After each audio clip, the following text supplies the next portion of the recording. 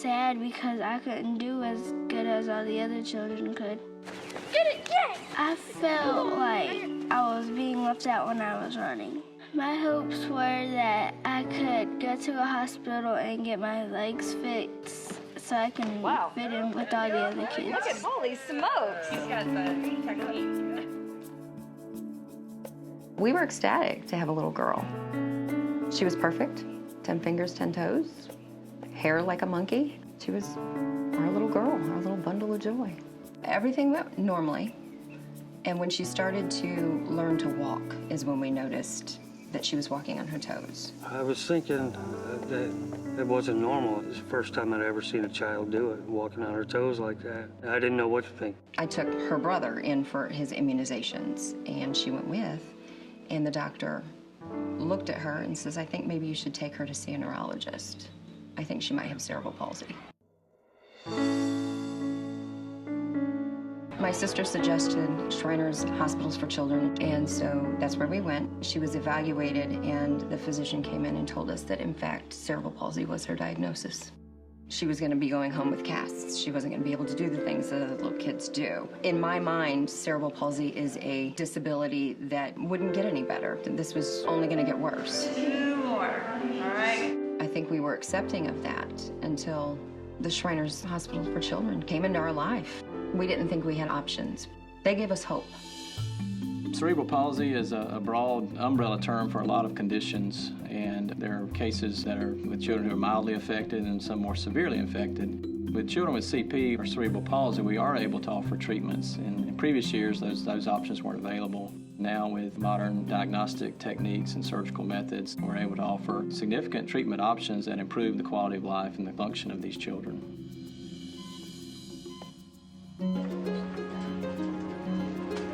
One of the advantages of coming to this hospital is our emotion analysis lab. There we're able to utilize computers, video cameras, and different assessment tools to make a computer model of how each child ambulates. And based on that information and that data, we can lay out a very specific treatment plan that addresses all the different pathology that may be present.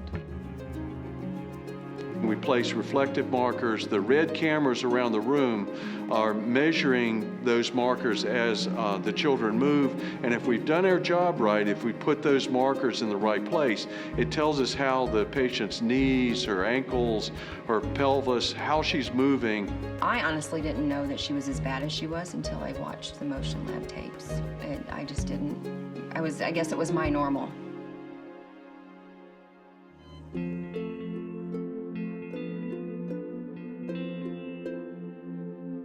She started young, managed conservatively, and then when she was at the right age to benefit from the quantitative analysis and the surgical intervention, that's when the surgeons intervened and performed their magic, so to speak, in the operating room. She has had an excellent result. I mean, she basically functions and acts like a normal child, and it's very difficult to see that there's any difference in her ability to ambulate and function.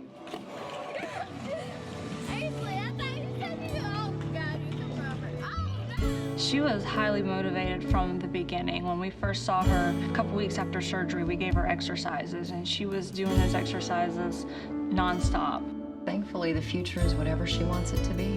Whatever she chooses to do, she has a better chance of getting there, thanks to the people at Shriners Hospital for Children. Because without the surgery, I don't know where she would have been.